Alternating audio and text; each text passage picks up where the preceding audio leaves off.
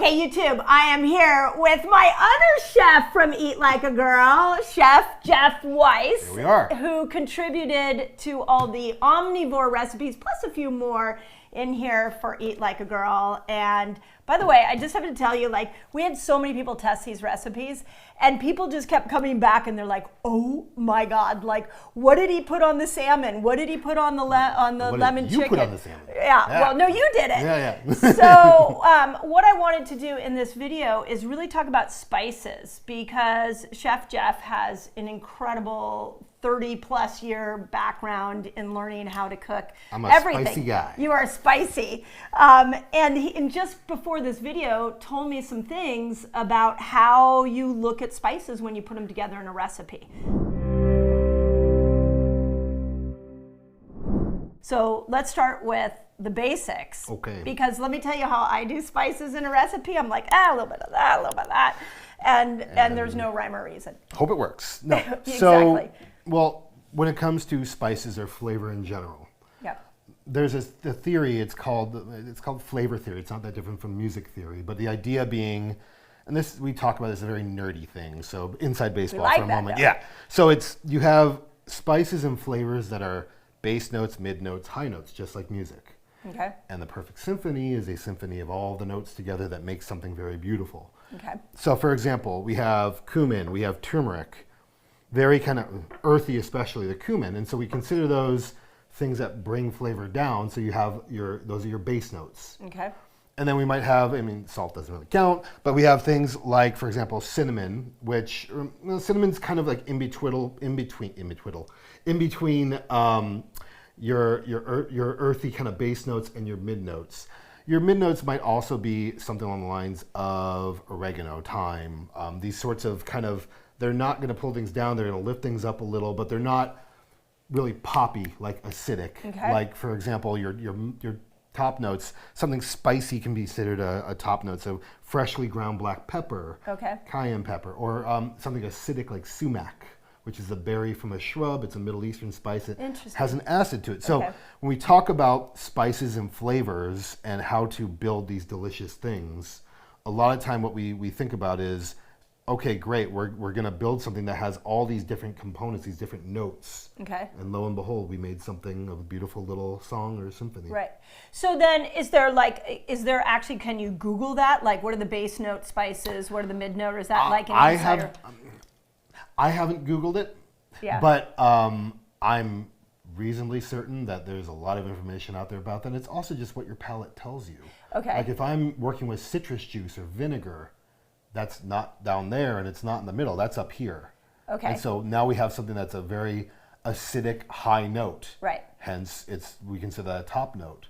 Right. And something along the lines of, again, cumin or miso paste. Right. These are kind of your lower notes. Okay. And so when you pair those things against something that's higher up in the chain, that's when we have some kind of harmony. Great. Okay. So now when you're putting like a rub together, and how do you know how to combine these? And then you may put a rub together that goes on meat that's doesn't have a high note. Does it have to have all the notes in them? No, absolutely not. For example, your rub might be something that's mostly earthy and salty and a little bit spicy.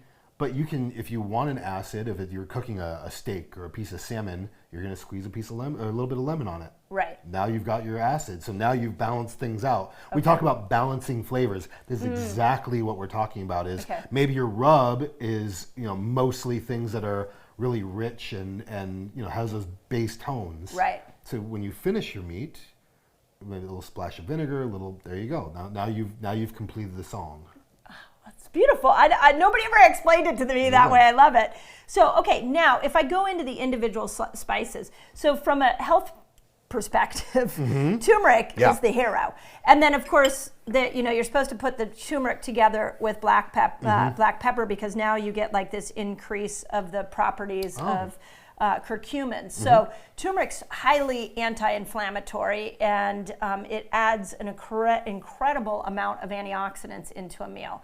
What would you say from a chef perspective, what kind of meats would turmeric go with? Definitely when you put turmeric and black pepper together, you're looking at, I like to look at it through the lens of certain cuisines that would use those sorts of things. So definitely whether it's Indian, Middle Eastern, you think of the spice markets in Egypt and Morocco, these are standard. And so a lot of those sorts of foods I would look to for that. We whether it's with salmon or meats and kind of more rich and gamey meats, you often find turmeric especially paired with gamey meats. Lamb, that sort of thing. I was thinking poultry, like when I'm thinking like chicken, I've seen it with chicken a lot. And Thai and a lot of Southeast Asian flavors, they'll utilize it with chicken and poultry and that sort of thing and do your curries and that kind of stuff. And then the other one here is cinnamon. And cinnamon's really interesting to me because I've done videos for you all on cinnamon and on all these spices, but it's so good at stabilizing your blood sugar. And I mean, everything I'm teaching is about stabilizing blood sugar. So, intuitively, my brain wants to be like, could I put that with something and put it as a rub on like a steak?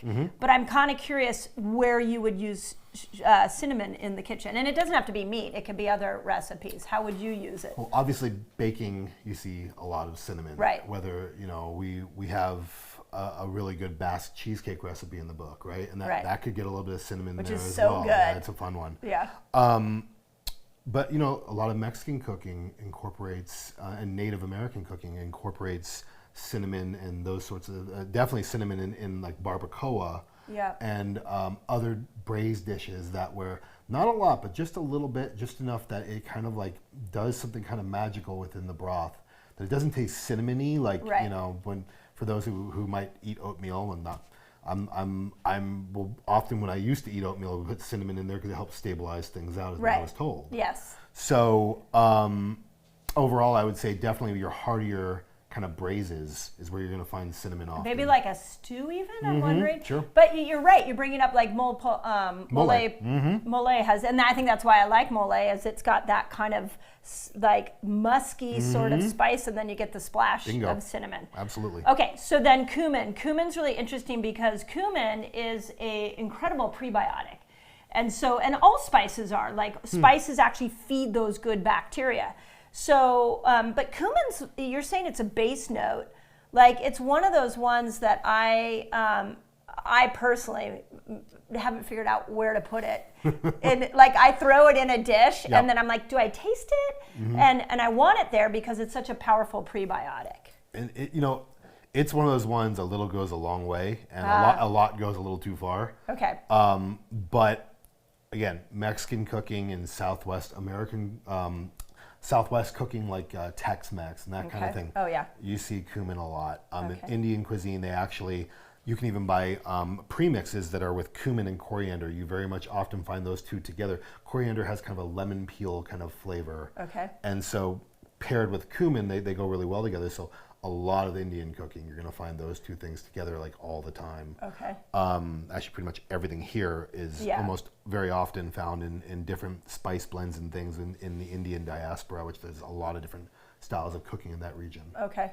Then we don't have it here, but one of them that I find really interesting, the spice from a mood perspective, is saffron. And saffron's actually known to increase your moods, and it actually will increase serotonin specifically. Wow. So what would I put saffron in? Where I cooked in Spain was in Toledo, where the little, they have these festivals where they all pick the saffron. I'm very intimate with saffron. I've made paella for years. Saffron is kind of, I call it almost like a mid-note because it has a fragrance to it and a floral quality. That means it's not going to be quite so earthy. Okay. But, oh my goodness, I mean, anything that has any sort of dairy or fat component, saffron carries really well with that. So hence why you see it in flan and that sort of thing a lot. Yeah. And my mood is definitely high after flan. There you go. Yeah, who wouldn't be? Flan's delicious. Yeah. Also, obviously, in your rices, which paella and you very often, what you have to do with saffron is you have to actually dry it a little and then steep it in water like tea. Okay. And then that gets the full extraction of both the flavor and the aroma, and that's what you add to whether it's the water for the rice or however you're implementing it. Got it. Okay, my baby's coming to you. Eat like a girl. You want to know the foods that will support hormones? Guess what? I have them for you already. It's a free giveaway. Just click the link above and I'll send you a list of all the foods that support amazing hormonal health. Then the other two in all the research I've done around just how do we use food as medicine is garlic and ginger. Yeah. Like garlic's immune system, ginger is a digestive aid. Now, with both of those, you can have it in this ground spice category, or you can chop it up and put it actually into. So talk a little bit about how you use those two flavors. Sure. Obviously, the powdered form, you're going to find that quite a bit in different spice blends, whether, again, Indian cooking, Southeast Asian cooking, you name it. You'll find the powdered form in almost, I think, just about every cuisine in the world I can think of right now. Okay. I mean, garlic and ginger are prevalent and foundational flavors everywhere. Right. Obviously, ginger being more from the east, and garlic everywhere in Europe. That it's that and onion is probably two of the most standard flavors you're going to find. Yeah. So that said, garlic and ginger together, I particularly love doing them. Like we have the Vietnamese lemongrass marinade. A lot of those Southeast Asian marinades, that's my go-to. I pound those out first in a mortar and pestle or in a blender, and that's my foundation. So you muddle them. Yeah, I what I like to do is to actually bash them up and muddle them, and I'll utilize that. With garlic, you have to put it just a little bit of acid sometimes, and that'll help with the heat. Okay. But overall, the two of those together, bash them up. It's the flavor. You start there, and nothing's going to really taste bad. You're in good shape. Yeah, and the chicken that you've done it in, it's so good. And I've had chicken like how many times in my life, and I ate that. And we're going to do a whole cooking show for you on that recipe that's in Eat Like a Girl. Okay, last one, salt.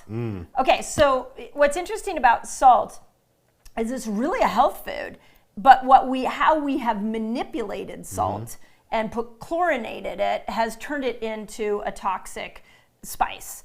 But if you have it like this, this is actually one of our favorite salt companies, which is Redmond Sea Salt. They test for microplastics, and because salt carries a lot of plastic in it. But I love salt on my food, and I think the reason I love it is because it just enhances the flavor. Correct. But then can you go too far with salt? And I have been at restaurants where they're like, don't ask for salt because you'll insult the chef. Is that true? Is it true? Yeah, there's guys like that. Okay. Do I agree with it? I mean, when we want to talk about restaurant philosophy, I'm of the opinion if the guest wants something, then if they're going to be happy with it, then make them happy. Right. The whole thing with salt is, it's textural. So this is a very nice coarse salt. Yeah, I like the coarser ones. And it's that definitely for, I like to undersalt just a little bit when I'm cooking, especially steaks. Because then I know when I'm done and it's resting, what am I going to do? I'm going to just give it a little bit on top. And then we're going to slice it, and then it's going to have those nice little crunchies when you're eating your steak. Oh my gosh! So I prefer the coarse one. Finer sea salts, they'll dissolve quicker, so they have their purposes. Okay. But overall, this salt is fantastic. So in some of the recipes that you did, and again, we're going to profile these. We're going to do a whole cooking show for you on two of my favorite omnivore recipes that Chef Jeff did. But you actually created a rub, and like the salmon recipe. And you put it on top of the salmon, and then you recommend putting it in the refrigerator. Is that just to let it soak in? Well, so salt is a very powerful thing. And even just a little bit of salt on a piece of salmon and let it sit, and you're going to see the water from the natural water that's in there start to come out. And especially with salmon, what's interesting when you do that, you ever cook salmon, it gets kind of those little white, little kind of like little dots on it. That it's basically it's the protein that kind of comes out. It's not very attractive. It doesn't do that when you basically brine with the salt when it comes to salmon. And sometimes I'll brine certain meats, and sometimes I won't. It just depends on the texture I'm looking, because what it does is it cross-links the proteins. Nerdy alert. And it basically and basically it makes it so that like with chicken, it'll make it a denser meat. And so for some applications, you want that. In salmon, it also makes the meat and the flesh get denser. So when you cook it, it has that sort of like a denser quality. It's not quite so flaky, and that's what we do with the salmon dish in the book. So it changes the texture of the food. Absolutely. Oh, so not only is it a different texture, but it changes that. Absolutely. Oh my God, amazing. Okay, before we finish, you have to tell me what your favorite spice is. Oh man, you I know. It's like asking me my favorite child, right? Yeah, exactly. I know. Okay, give me the top 3. I love salt. I mean, it's not really a spice necessarily, but salt, we can't live without it. Right. And it makes things taste delicious. Yeah. Even if it's, more often than not, if something is missing something, you're tasting it, a little, even like a chocolate chip cookie, which, you put a little salt on it, it changes everything. I love saffron because I cooked in Spain, and the Spaniards would disown me if I didn't say that. Yeah. Smoked paprika is my go-to. Smoke, and not just any old smoked paprika. Pimentón de la Vera, which is basically the one from Spain. Okay. That it's done in the specific region where they basically, it's a smoky, almost fatty kind of paprika. Okay. And talking about for rubs for meat, the best. Interesting. I know, and it's in one of the recipes in the book. Yeah, it's in a couple of them. Yeah, because I went searching for smoky paprika, so now I understand the reasoning behind it. Yeah, I was like, isn't very it special. So it can't I just use paprika, or I have to use smoky? Well, Hungarian paprika or regular paprika is a completely different animal. Ah, okay. It's not only is it a different process in terms of how they make it, but the flavor. There's no smoke in the other one. I mean, it's like an extra little flavor bump. Right. Amazing. Yeah. Amazing. So there you go. I've done so many videos for you all on the healing properties of spices, and I think like when you learn about the healing properties, you fall in love with it. But then I don't, as I've been very vocal about, I don't know how to cook with it. And then once I started trying your recipes, I'm like, wait, there's an art to spice. So this is amazing. So you're amazing. Thank you. Yeah, thank you. So Eat Like a Girl, it's out. You can get Chef Jeff's recipes in here, and you can experience the way he's put spices together. It's off the hook. And eat good things. And eat good things, and remember, food is medicine. So as always, I hope that helps. Okay, where are my gals that are struggling with hormonal imbalance? Bloated, feeling like you're not making progress with weight loss?